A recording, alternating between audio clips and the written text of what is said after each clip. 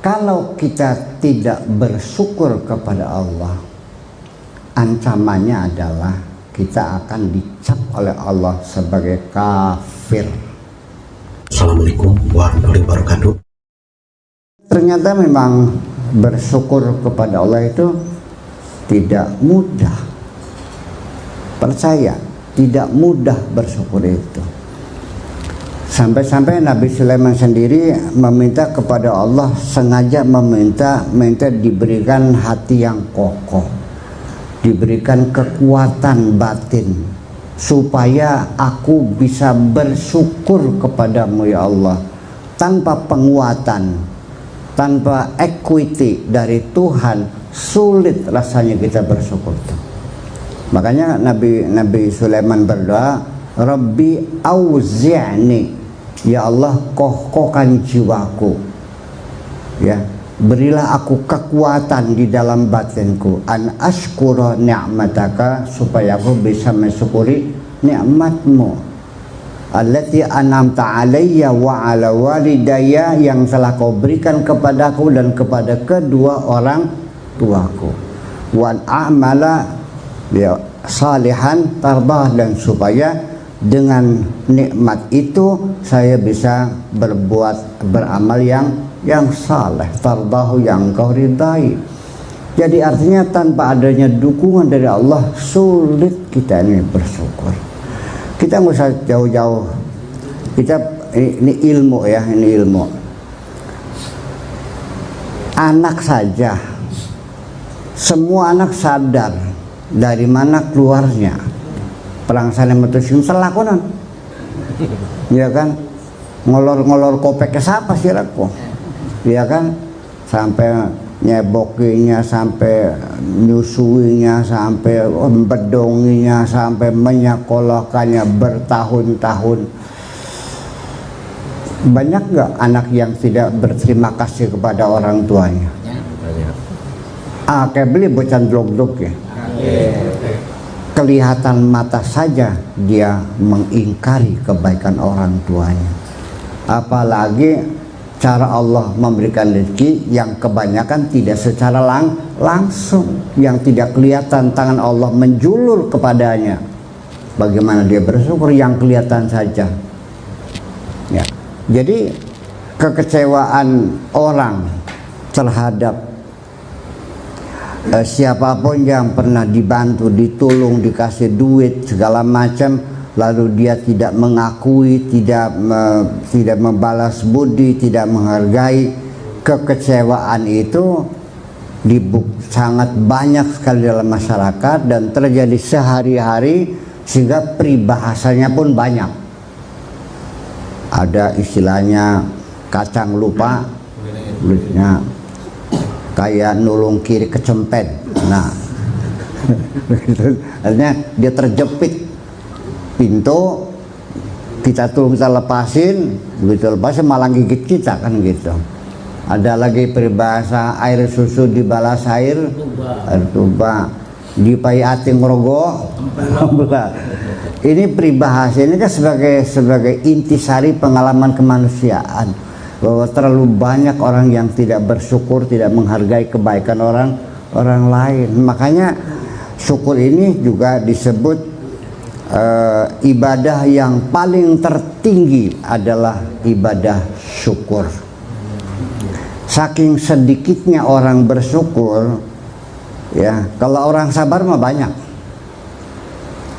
100 orang diuji dengan sakit, dengan kemiskinan, dengan kesulitan.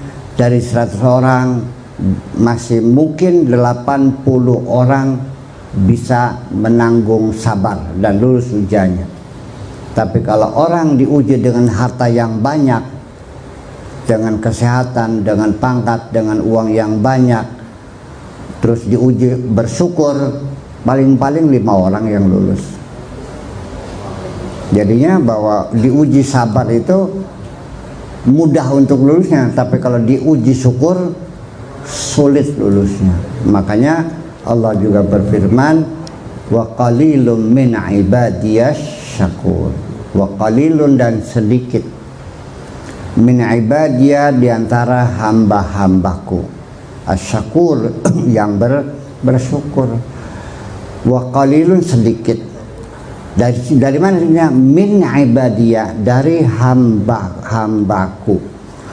Hambanya Allah banyak atau sedikit? Banyak sedikit. Seperti siapa hambanya Allah? Aulia. Ya itu hamba Allah. Baka mantalkum sih. Ya kum madudu ibadallah kum akunyukullah kulku. Termasuk kita mungkin banyak juga yang kunyukullah. Kalau ibadallah sedikit. Yang kita panggil ibadallah, rijalallah, aghithuna. Siapa Abdullah tuh? Ya paling-paling saya sadar itulah. Ya kan? Syekh Abdul Qadir Al-Jilani, Dunun Al-Masri, Abdul Hasan Asaduli. Iya, masa mancarmun. Iya. Ya, kalau yang kita ini kan termasuknya bukan ibadah Allah, paling-paling kunyukullah gitu. Jadi sedikit dari ibadah Allah yang sedikit, jadi sedikit dari sedikit. Artinya minoritas dari minoritas. Asyakur yang bersyukur. Jadi orang yang bersyukur itu bisa dihitung jari. Kenapa? Karena saking sulitnya. Nah, kata kuncinya orang itu bersyukur, makanya ada kata kunci. Setiap Allah dalam ayat menceritakan aku berikan engkau nikmat, ya, selalu ditutupi la'allakum tashkurun. Jadi memang target dari Allah berikan nikmat supaya kita bersyukur, didorong kita bersyukur. Tetapi betapa sulitnya kita bersyukur. Itu kira-kira maksud daripada doa wa adalah semacam itu, supaya kita bisa meningkatkan rasa syukur. Dan ini ceritanya wa itu adalah sudah mulai saya amalkan sejak tahun 91 sampai sekarang 2018, jadi sudah 27 tahun. Dari kita bikin pondok di atas sana orang tua 80 bata, ya, sampai sekarang sudah dicarampingkan dan sudah menjadi pondok yang terbesar malah di Indramayu. Modal wamimah. Iya, tapi ya itulah bahwa saya tidak punya modal, hanya punya modal doa, tapi saya punya modal keyakinan. Oleh karena itu, yuk kalau berdoa, satu persyaratan yang tidak boleh kita lupakan. Ud'u rabbakum wa antum muqinuna bil ijabah. Berdoalah kepada Tuhanmu, kamu yang harus yakin betul bahwa doamu pasti dikabul oleh Allah. Ajak kayak wong Dermayu, ya wis jangan terjajal. Masa bisa lo dijajal? Jajal ya, selim kan, ya wis saya jajal. Memangnya Allah dijajal? Mau dicoba Allah? Jangan mencoba-coba. Pokoknya minta yakin. Satu dasar pemikirannya bahwa kalau kita tidak minta sama Allah, minta sama siapa lagi? Wa antum muqinuna bil ijabah. Kapan dikabulkannya? Ya terserah Allah. Belum tentu yang kita minta itu dikabulkan itu, kan Allah tahu itu tidak pantas, maka dikasih yang lain yang lebih baik. Karena bisa saja, ya bisa saja mintanya kita sesuatu kepengennya cepat. Nah, jangan sekali-kali minta kepada Allah itu mengatakan hari ini, besok, segera, cepat, aja kesuwen, kulma dudundung aku ngatur hal ini. Ya minta saja, dikabulkannya kapan terserah Allah, tapi yakin bahwa doa kita akan dikabul.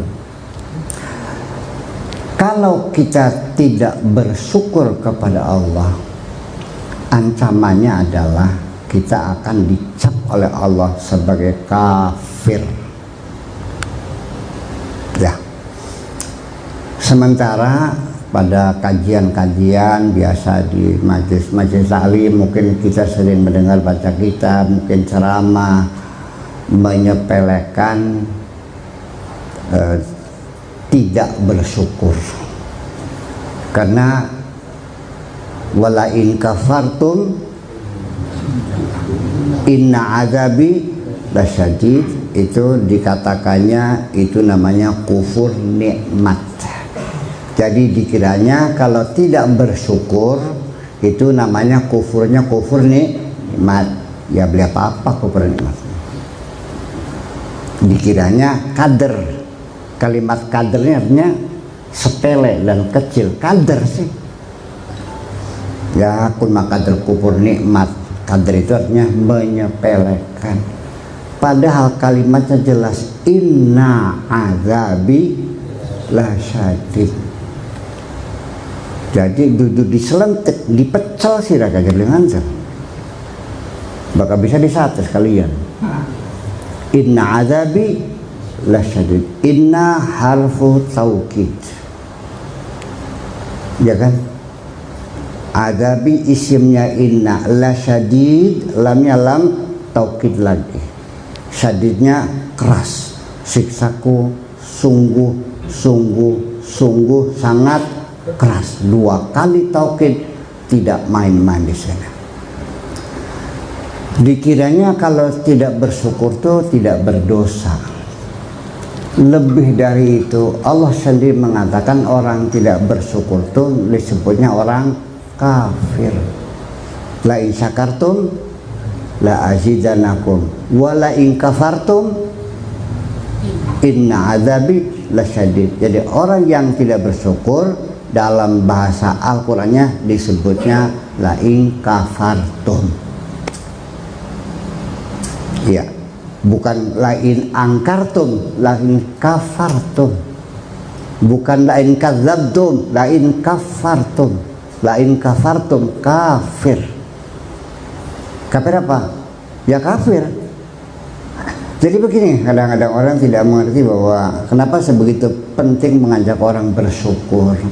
Karena sementara di masyarakat kita tidak bersyukur tuh orang dikiranya tidak berdosa ya. Betul nggak? Tidak bersyukur tuh dosa nggak?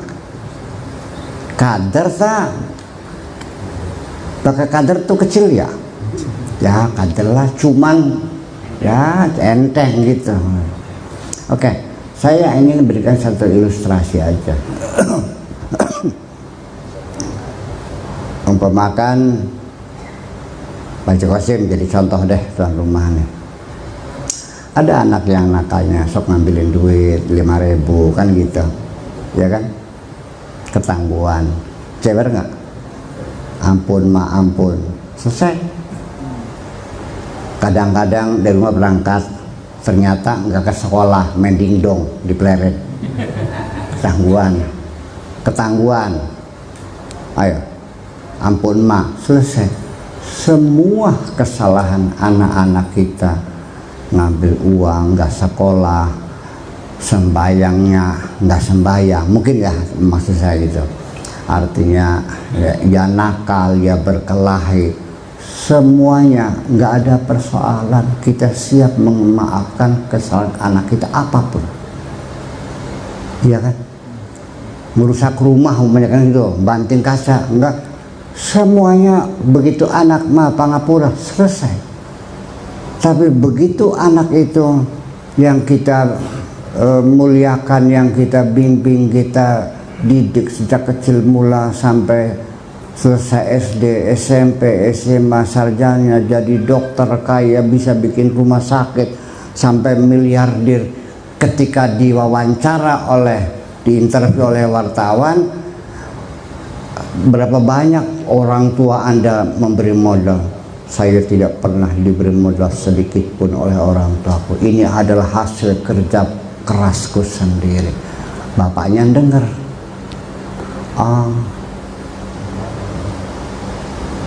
nangis. Dia nggak bisa marah, nangis dia. Anaknya tidak mengakuinya. Percaya nggak? Begitu ketemu, mulai hari ini engkau bukan anakku lagi.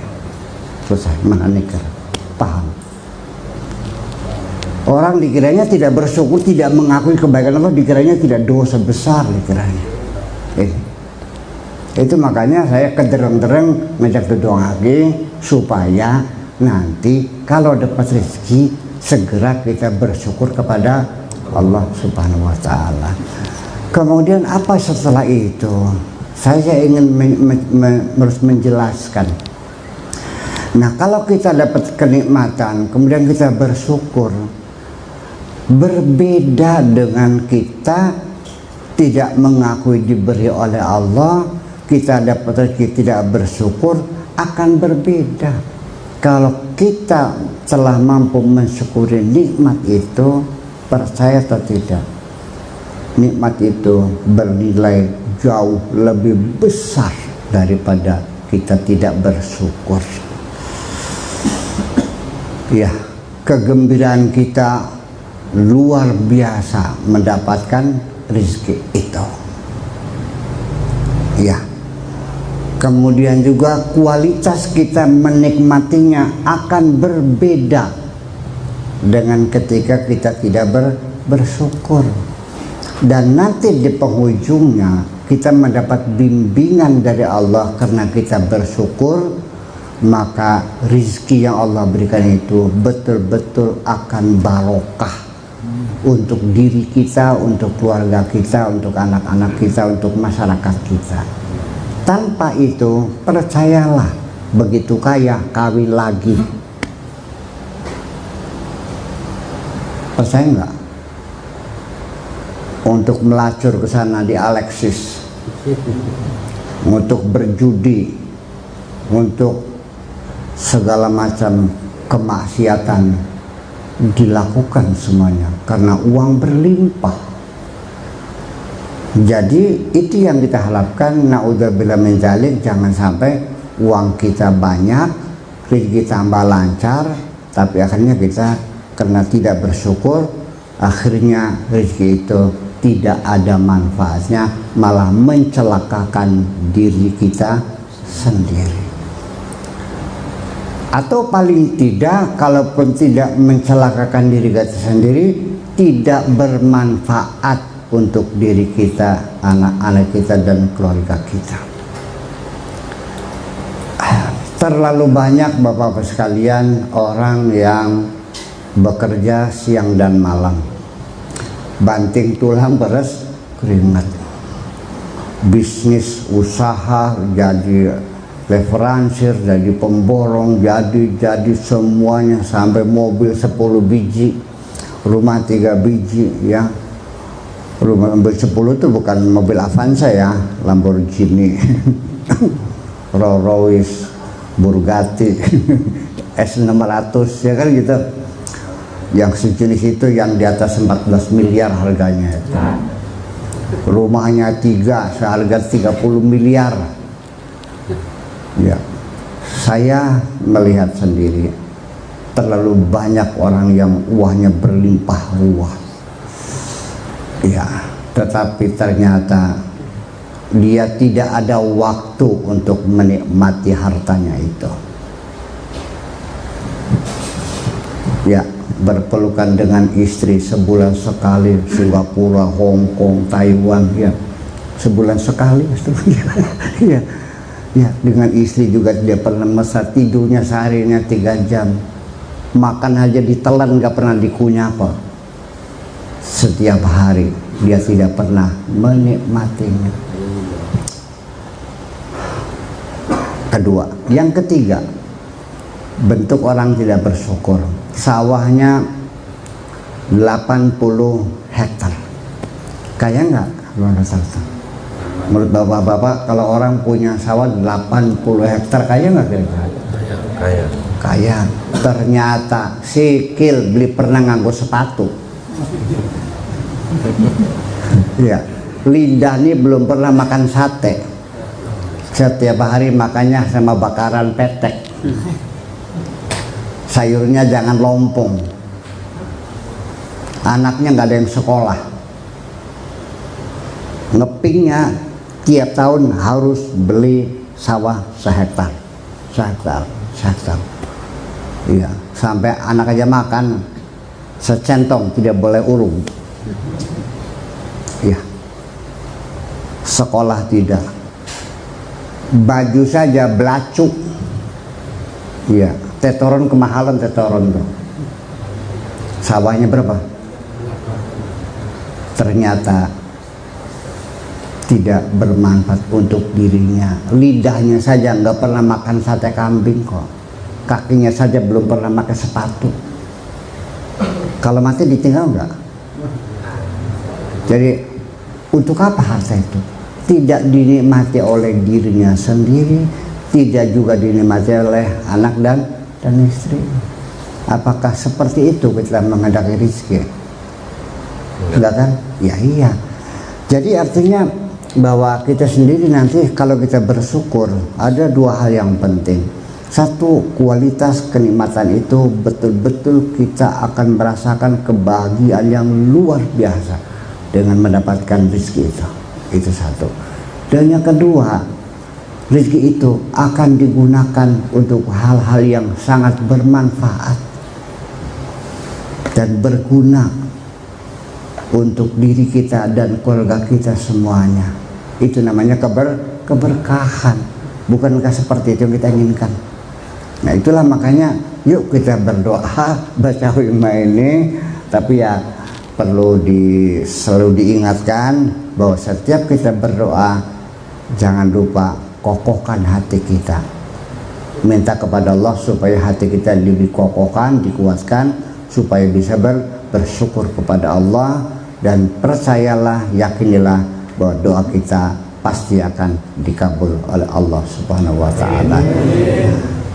Saya kira itu saja harapan saya. Mudah-mudahan Jam'iyah Doa Walma ini berkesinambungan ya untuk selamanya ya, dan kita mendapat bimbingan dari Allah Subhanahu wa Ta'ala dan diberi rizki yang berlimpah ruah. Amin. Itu saja.